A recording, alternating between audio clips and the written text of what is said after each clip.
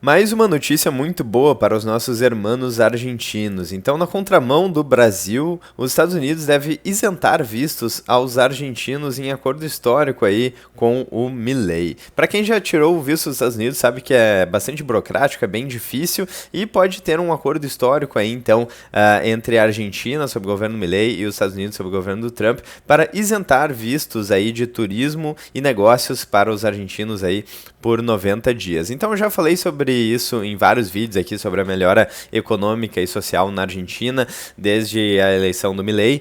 Então, por exemplo, desde novembro aqui de 2023, o ETF aí da Argentina já se valorizou mais de 100% em dólar e isso tem várias consequências, certo? Então, por exemplo, a gente já falou aqui sobre a redução da inflação e da pobreza na Argentina que afeta muitas pessoas, certo? Então, as condições estão melhorando lá e realmente na contramão do Brasil, porque a gente está indo cada vez mais rápido para o abismo. Eu espero que a situação mude e melhore em breve, mas ainda existe muita incerteza aí em relação ao Brasil. E é realmente algo histórico aí, mais uma conquista aí do governo Milei. É uma pena que o mesmo não está acontecendo no Brasil também. Tem essa notícia interessante também que mostra o quão afastado o Brasil está ficando aí dos países envolvidos. Então Trump fecha acordo com a União Europeia, certo? E aqui eles falam sobre alguns países que concluíram as negociações. Então, os Estados Unidos está fechando acordos com vários países, enquanto que aqui no Brasil a gente está ferrado, né, com as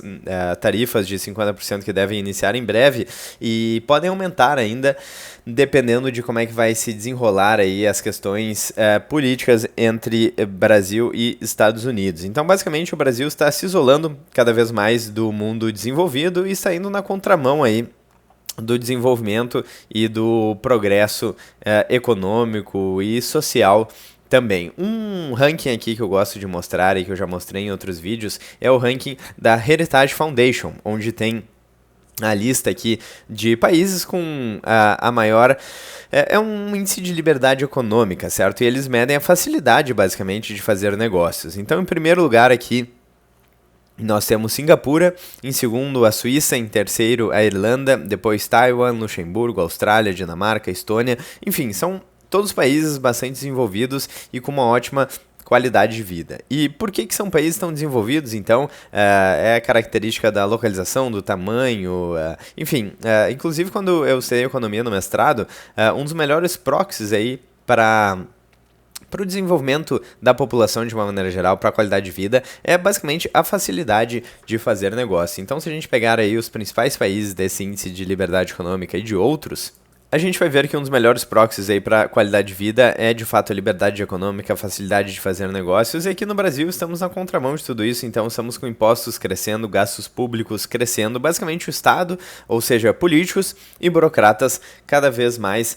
parasitando a sociedade via inflação, via impostos, via dívida, burocracia e por aí vai. Então estamos indo na contramão, certo, da maior parte dos países. Antes de passar aqui para a próxima notícia aqui que eu queria ver com vocês, também sobre a Argentina. Então, se você gosta desse tipo de conteúdo, não esqueça de deixar o like, clicar no sininho, inscrever-se no canal e ficar à vontade na seção dos comentários. Mas seguindo aqui então, notícia do Poder 360, mais de 4 milhões de argentinos deixam situação de pobreza, certo? Então o levantamento mostrou aqui, essa notícia é de março de 2025, então relativamente recente, e o levantamento mostrou que 38,1% da população atual ainda é pobre, porque sim, a Argentina ainda passou por uma situação bastante difícil, certo? Já foi um dos países mais envolvidos da América aí, mas passou por um momento longo de populismo, de socialismo, basicamente, certo? Que levou aí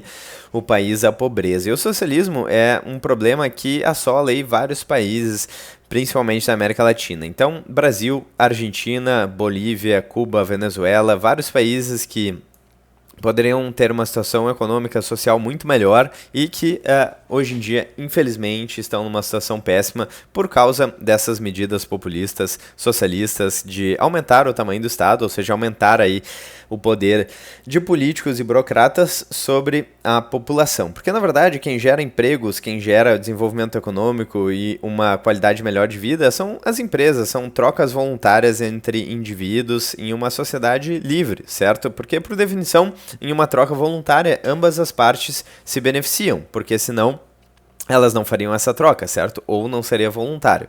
A única troca onde as pessoas não se beneficiam mutuamente são trocas involuntárias, que são exatamente as trocas que acontecem quando a gente coloca políticos e burocratas no meio. Por quê? Porque eles podem aí cobrar aí o nosso salário, eles podem cobrar impostos e a gente não tem a possibilidade de não pagar os impostos. Então os impostos vão aumentando cada vez mais e a população vai ficando cada vez mais pobre. Outra coisa interessante e relevante aqui, principalmente no contexto do canal, é o chamado imposto inflacionário, que é basicamente o poder que políticos e burocratas têm de imprimir cada vez mais dinheiro e se beneficiar via efeito Cantillon, ou seja, as pessoas mais próximas da impressora, digamos assim, em uma linguagem bastante coloquial, se beneficiam da impressão do dinheiro, enquanto que toda a população acaba pagando a conta via inflação, via perda de poder de compra da moeda, que é uma consequência, na verdade, da inflação, porque a definição real aí de inflação é expansão da base monetária. Então o governo tem basicamente três formas aí de se financiar, ou seja,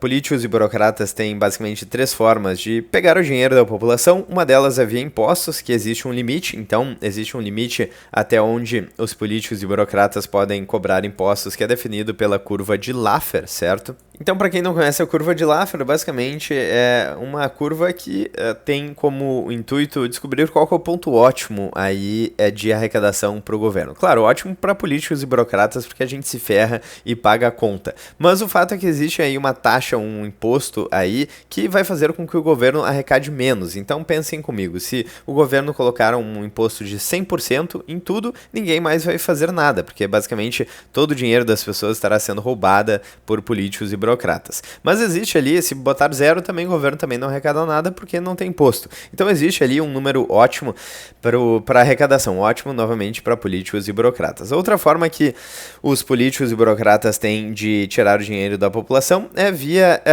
Bom, já falamos então sobre impostos, tem também a questão da dívida, só que a dívida existe um limite, certo? Basicamente o governo cria dívida, isso tem a ver também com a oferta circulante de dinheiro, mas existe um limite. Então, por exemplo, pegando a maior economia do mundo, os Estados Unidos, a dívida dos Estados Unidos já passa de 37 trilhões de dólares e está crescendo. E existe um limite, claro que muitas pessoas ainda confiam no poder dos Estados Unidos de pagar a dívida, porque é a maior economia do mundo, mas mesmo nos Estados Unidos o rating de crédito dos Estados Unidos foi rebaixado recentemente. E a gente já teve vários cenários de calotes, na Argentina, por exemplo, inclusive no auge da crise, em outros países aí mais quebrados, certo? Então também existe um limite da dívida. A gente não sabe qual ele é, por exemplo, para os Estados Unidos, mas em países menos desenvolvidos o limite é um pouco menor. Então existe um limite para a dívida, existe um limite para os impostos, mas não existe um limite para o imposto inflacionário, que é o imposto da inflação. Então, por exemplo, o dólar já perdeu mais de 97% do seu poder de compra desde 1913 e o real já perdeu mais de 85% do seu poder de compra desde 1994, o início do Plano Real. Então não existe limite aí para o imposto inflacionário. Políticos e burocratas podem inflar a moeda, podem permitir, né, a inflação da moeda sem limites, digamos assim. E quando a gente vê episódios de hiperinflação, então, por exemplo, esse aqui é o gráfico do ouro na República de Weimar, antes aí da Segunda Guerra Mundial na Alemanha. E aqui a gente tem, então, um período de hiperinflação com o ouro aí, que é um ativo sólido, uma escassez física, se valorizando não porque o ouro estava ficando mais valioso, mas porque a moeda ali da Alemanha na época estava perdendo poder de compra. Então, uma das formas aí de não perder o seu dinheiro com imposto inflacionário é através de ativos escassos. E aqui não é uma dica de investimento, é o disclaimer que a gente sempre faz nos vídeos, mas comprando ativos escassos aí, então a gente não estaria exposto à inflação das moedas fiduciárias. Por exemplo, no caso do ouro, existe uma inflação para o ouro que é a inflação aí da descoberta do ouro, certo? Então, a oferta de ouro aumenta conforme mais pessoas vão minerando ouro, mas é um ativo escasso, não à toa está no seu topo histórico aqui, porque muitas pessoas vêm fugindo das moedas fiduciárias e veem o ouro como uma opção. Algumas outras pessoas veem o Bitcoin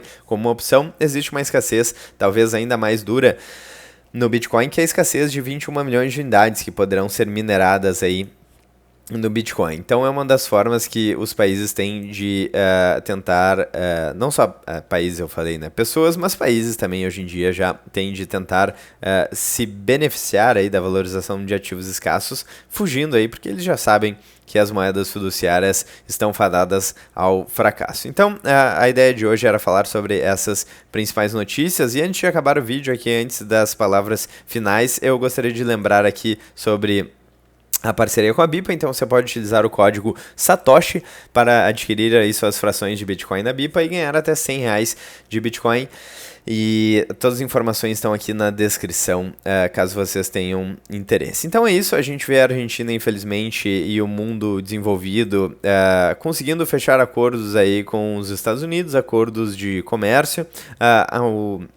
A Argentina aqui, né, sob o governo Milei, não só está fechando acordos de comércio, mas também essa possibilidade histórica de isenção de vistos de turismo e negócios, o que seria muito interessante, muito bom aí para os nossos irmãos aqui. E eu espero que no futuro, espero que o mais breve possível, o Brasil mude a direção atual e passe a ir para uma direção de maior liberdade para os seus indivíduos, maior subsidiariedade, certo? Que é basicamente a ideia de que os problemas devem ser resolvidos o mais localmente possível. Então, ao invés de um político, um burocrata em Brasília resolver os seus problemas, que todo mundo sabe, convenhamos que eles não estão a fim de resolver os seus problemas de verdade, eles estão mais interessados no teu dinheiro, a gente quer que os problemas sejam resolvidos localmente, certo? Então, espero que o Brasil siga essa trajetória, a trajetória dos países desenvolvidos aqui, como mostrei no ranking da Heritage Foundation, com mais liberdade econômica, mais facilidade de fazer negócio e mais facilidade de fazer